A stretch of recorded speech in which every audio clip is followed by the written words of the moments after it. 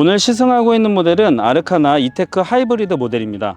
이번에 콜레오스가 출시가 됐지만 기존에는 르노 코리아의 유일한 하이브리드 모델로 인기가 높았는데요. 쿠페형 디자인의 넉넉한 공간을 갖추고 있는 소형 SUV 모델이다 보니까 많은 분들이 경제적인 이유로 선택을 한 것 같습니다. 르노의 로장조 디자인이 적용된 엠블럼이 들어오면서 기존보다 훨씬 세련된 감성을 느낄 수 있고요. 아랫부분에 이쪽은 범퍼 부분이 플라스틱으로 되어 있지만 윗부분은 블랙 하이그로시로 되어 있어서 전체적인 디자인에 대한 감성을 좀 고급스러운 감성을 높였다고 할 수 있을 것 같습니다. 우선은 뒷부분에 제가 골프를 즐기다 보니까 뒷부분에 골프백이 어떻게 실리는지를 먼저 보여드리고 2열 공간과 앞좌석의 공간 이런 부분부터 먼저 설명을 해드리도록 하겠습니다. 우선 트렁크를 열어볼게요. 트렁크는 개방감 있게 열리고요. 수동식으로 되어 있어서 전동식이 아니라는 부분은 좀 알아두셔야 될 것 같고, 이렇게 개방감 좋게 열리다 보니까 이 공간에 상당히 많은 짐을 실을 수 있습니다. 공간에 제약이 있어서 제가 우선은 제 골프백을 실어 볼 건데요. 사선으로 실어 봤을 때 골프백이 이렇게 사선으로 들어가는 걸 확인할 수 있습니다. 물론 크기가 큰 캐디백은 이렇게 사선으로 넣기가 힘들기 때문에 2열 공간을 폴딩을 해야 되고요. 2열 공간은 이쪽에 보시는 것처럼 6대4 비율로 폴딩이 됩니다. 그래서 40% 공간을 폴딩해서 길게 세로로 밀어 넣어도 되고, 나머지 공간에 이렇게 크로스로 넣어도 됩니다. 제가 두 개를 실어 볼 텐데요. 두 개를 실으려고 봤더니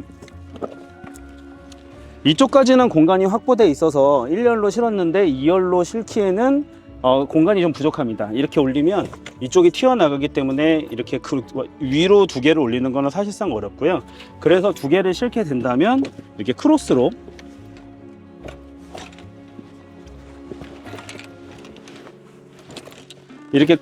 실어야 됩니다. 이런 크로스로 실는 부분에 대해서는 좀 안정감이 떨어질 수는 있는데, 이렇게 실거나 이쪽이 아래로 가게 실거나 해서 두 개를 크로스로 실는 방법이 있고요. 좀 안정적으로 좀 실어 볼게요.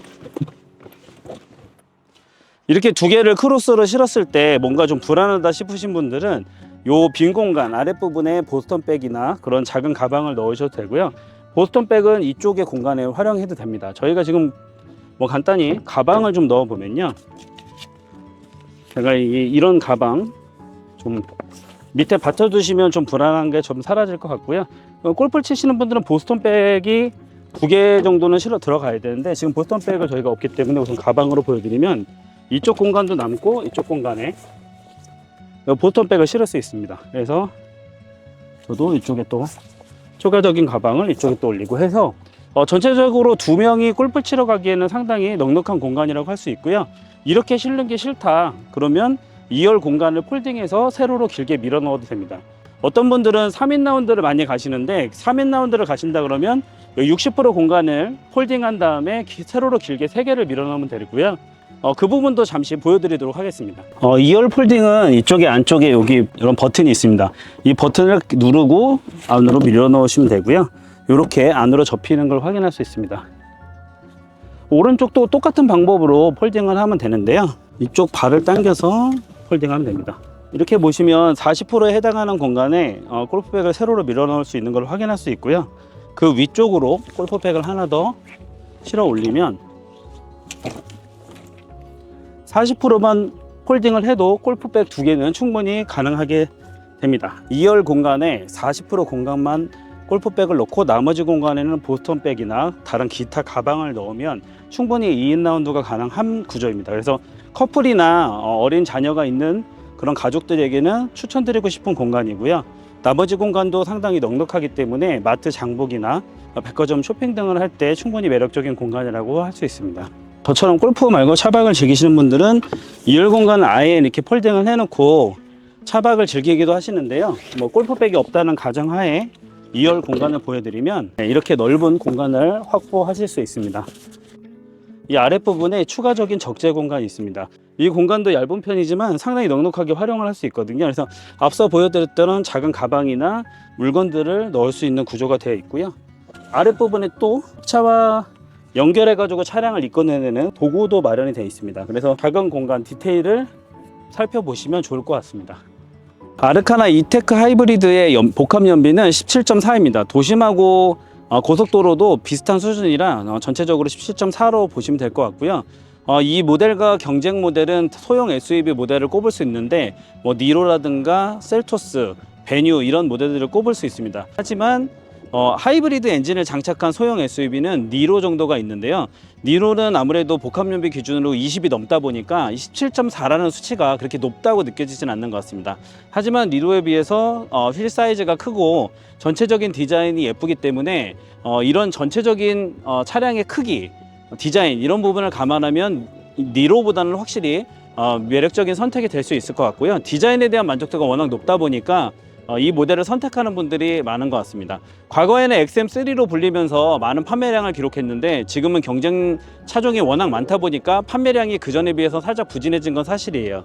그럼에도 불구하고 제가 직접 시승해 봤을 때 도심에서의 매력적인 주행 성능과 연비 이런 부분을 감안했을 때 상당히 선택하기 좋은 모델이 아닐까 싶습니다. 물론 이 모델이 기존에 이제 출시된 가격으로만 보면 2천만 원 후반에서 3천만 원 초반대가 나오기 때문에 니로라든가 그런 모델에 비해서 살짝 비싸다고 느낄 수는 있지만 지금 홈페이지를 방문해 봐도 다양한 혜택이 있기 때문에 그런 혜택을 누리면서 구입해 보시면 좋을 것 같습니다. 이 모델의 디자인이나 이런 부분이 기존에 저희가 기아 현대에서 봤던 소형 SUV 모델에 비해서는 상당히 좀 특이하고 매력적인 부분이 있습니다. 특히 이 엠블럼이 교체가 되면서 전면과 후면의 디자인이 이전보다 예뻐졌다는 평가를 받고 있는데요. 전체적인 쿠페형 디자인을 원하는 분들에게는 이 소형 SUV 중에서 디자인이나 공간이 탁월한 아르카나 이테크 하이브리드 모델을 추천드리고 싶습니다. 이렇게 앉아보니까 2열 공간이 좀 타이트하게 느껴지긴 합니다. 제가 175cm 정도 되는데 2열 공간의 헤드룸 공간은 약 주먹 1개 정도가 남고요. 1열을 넉넉하게 활용을 했더니 2열은 거의 무릎 위에 닿을랑말랑한 공간입니다. 그래서 이 2열에는 이제 키가 큰 성인은 앉기는 좀 부족한 공간인 건 사실이고요. 하지만 어린 자녀나 키가 성장기에 있는 자녀들이 앉기에는 충분한 공간이라고 보시면 될 것 같습니다. 이 가운데 쪽을 내리면 컵홀더 2개가 있어서 이 컵홀더의 공간을 활용할 수 있고요. 팔 거리로도 활용을 할 수 있습니다. 그래서 5인이 착석하는 경우가 아니라면 보통 이렇게 내려놓고 컵홀더 공간으로 쓰든가 팔걸이 공간으로 사용하면 될 것 같습니다. 이쪽에 보시면 이렇게 열리는 부분이 있어서 이쪽에 칼시트를 장착하는 부분이 있습니다. 그래서 어린 자녀를 태우고 다니시는 분들은 이 공간을 잘 활용하시면 될 것 같고요. 어린 자녀를 위한 칼시트 설치는 세단보다는 당연히 SUV가 더욱 편하겠죠. 허리를 많이 숙이지 않고 카시트를 설치할 수 있다는 부분에서 충분한 공간이라고 보시면 될 것 같아요. 이 공간에 카시트를 잘 설치하시고 운전하시면 될 것 같고요. 그래서 어떻게 보면 성인으로 5명, 4, 5명이 꽉 채워서 타는 차량이라기보다는 젊은 커플이나 사회 초년생의 첫차 이런 부분으로 이 하이브리드 모델을 추천드리고 싶고요. 아르카나 하이브리드는 연비가 워낙 좋다 보니까 제가 이렇게 차가 필요하신 분들은 이 차를 구입해서 운전하고 다니시면서 저렴한 유지비 효과를 누리면서 돈을 좀 모아 보시는 것도 좋을 것 같습니다.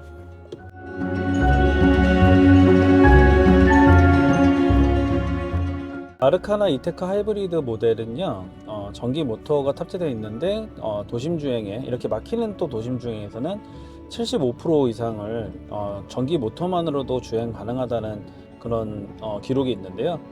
지금 제가 도심 주행을 하면서 느낀 점도 상당히 엔진을 많이 쓰지 않으면서 전기 모터만으로도 주행을 할 수 있기 때문에 실내 정숙성이 상당히 좋고요.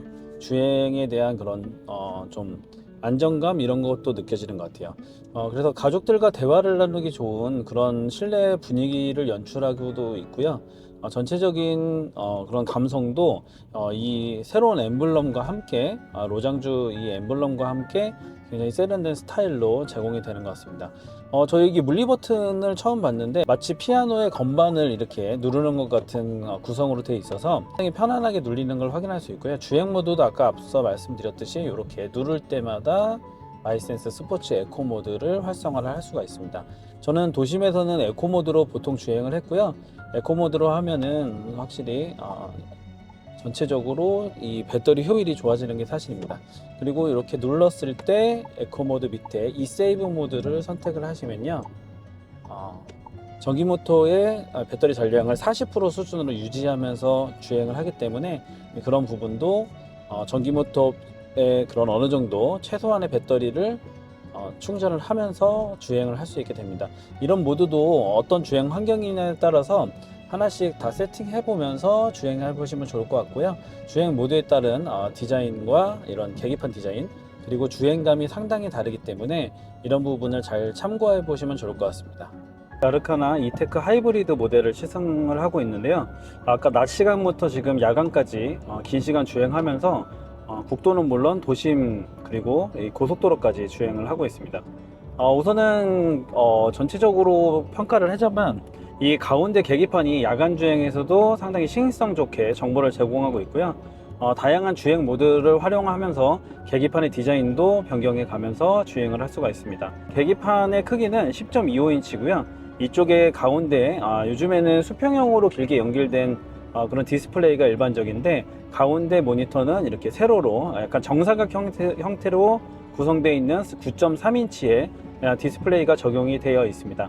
지금 보시면 티맵을 연결했는데 제가 애플 카플레이를 연결해서 지금 티맵을 활성화해 놓은 화면이고요.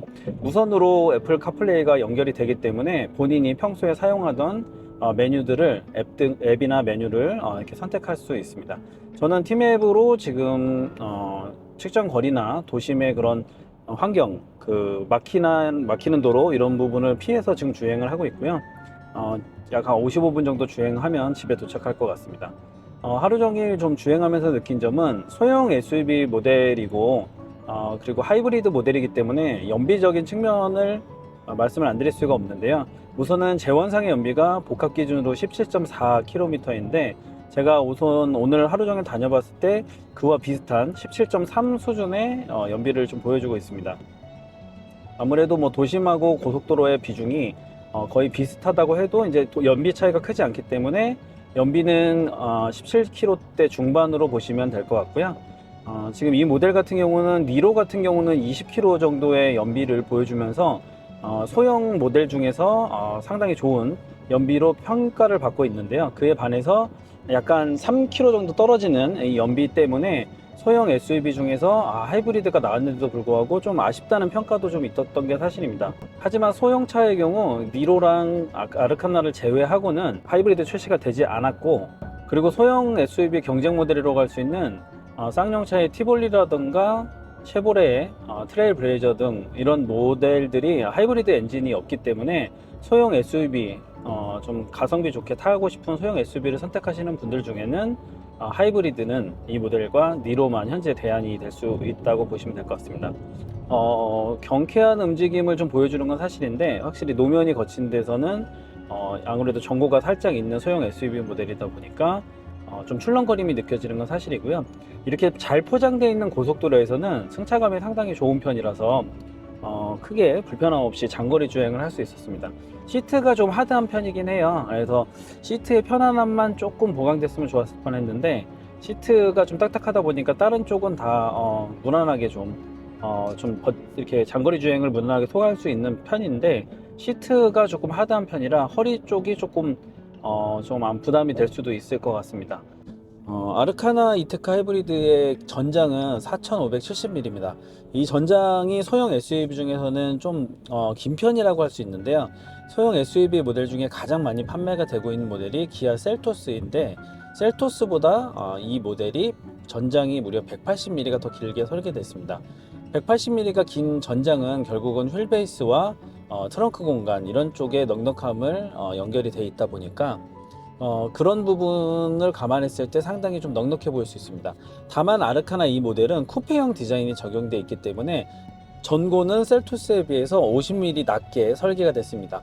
쿠페형 디자인이 측면에서 보면 상당히 매력적이고 예쁘고 그리고 도심에서 봤을 때 스타일도 상당히 좋은 모델이긴 한데 전고가 높은 모델은 아니에요. 그래서 지금 제가 175cm인데 어느 정도 좀 편하게 세팅해 놓은 상황에서는 주먹이 하나 살짝 더 들어가는 느낌, 하나 하고 한 20-30% 더 들어가는 느낌인데요. 전고가 낮은 편이라서 셀토스에 비해서는 차박을 즐기기에는 조금 부족합니다. 그래서 전체적인 쿠페형 디자인에 대한 선호도가 높은 분들은 주로 선택을 많이 하시고요. 차박을 즐기시는 분들은 이보다 정고가 높은 셀토스를 많이 선택을 하고 계십니다. 반면 전폭의 경우는 이 좌우의 폭은 20mm나 아르카나가 깁니다. 그래서 전체적인 공간을 설명을 드리면 전장은 길고 전폭도 길고, 그래서 앞과 옆은 긴 편인데 전고가 살짝 50mm 정도 낮다 보니까 실내 공간의 그런 넉넉함, 이런 부분에서는 셀토스가 오히려 조금 넓다고 보시는 분들도 많은 것 같아요. 하지만 전장이나 전폭은 아르카나가 더 길다는 거 알아보시면 좋을 것 같고요.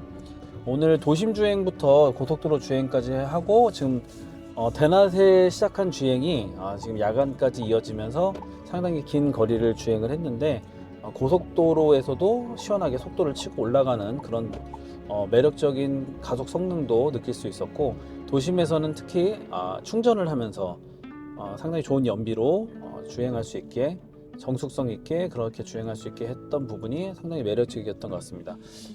소형 SUV를 원하시는 분들 중에서는 하이브리드 엔진이나 공간의 넉넉함, 그리고 가격적인 측면을 모두 고려할 수 있을 것 같은데요. 전체적으로 가격은 살짝 높은 편이지만 공간의 넉넉함과 하이브리드, 특히 더욱 전기 모터의 용량이 충분한 그런 이테크 하이브리드 엔진을 탑재한 아르카나가 충분히 매력적인 대안이 될 수 있을 것 같습니다.